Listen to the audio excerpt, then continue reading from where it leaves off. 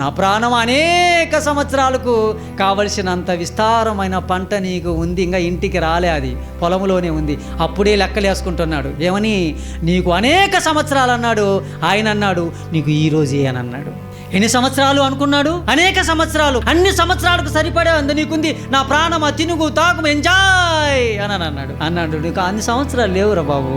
ఆయన ఇన్ని ఆల్రెడీ ఏం చేశాడు? ఆయన ఈ సంవత్సరం కూడా ఉండని అంటే రాసుకున్నాడు. ఆయన ఇదే లాస్ట్ రోజు, ఈ రోజే తెలియదు. అందుకనే ఆ కేకు తీసుకొని వచ్చి, ఏ మామా, వయసు పిల్లలు ఇప్పుడు అంతే మాట్లాడుకునేది. ఒక వయసు వాళ్ళు మామ అంట. ఫ్రెండ్ పోయింది, ఇప్పుడు ఏమొచ్చింది ట్రెండ్?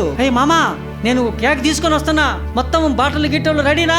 ఫ్లైఓవర్ దగ్గర మనం ఎలా చేయాలంటే, ఇంట్లో చేసుకుంటే, క్లబ్లో పబ్బులో చేసుకుంటే, కేక్ గడుచుకుంటే ఏముందిరా ఆనందం?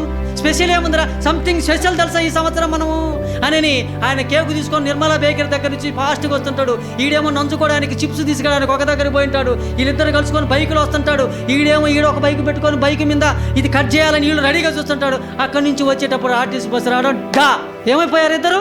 ఈ మామగారు ఇద్దరు ఏమైపోయారు? 5 నిమిషాలే హ్యాపీ న్యూ ఇయర్ అందాం అనుకునే లోపల అప్పుడు అంటారు పొద్దున్నే పేపర్లు, ఇప్పుడే అందిన వార్త, కానరాని వీళ్ళకు కూడా తెలియదంట ఆ లోకానికి పంపించిండు ఆయన రాసేసుకున్నాడు. నువ్వెక్కడ్రా 2026లో ప్రవేశించేది, ఆల్రెడీ నిన్ను డెత్ రాశాను, ఆ విషయం వానికి తెలియదు. నీకోసం 365 రోజులు ఉంచమని చెప్పి 2025 సంవత్సరం అంతా నిన్ను ఉంచడానికి యేసుక్రీస్తు వారు రిక్వెస్ట్ చేస్తే నేను ఉంచానురా. అందుకే 31వ తారీఖు లాస్ట్ గంట వరకు నువ్వు మారుతావేమోననిపించాము.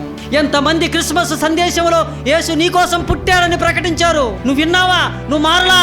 ఆయన వచ్చింది నీకోసమే, ఆయన ప్రాణం పెట్టింది నీకోసమని సంవత్సరం అంతా చెప్పించానురా. నువ్వు రాలే.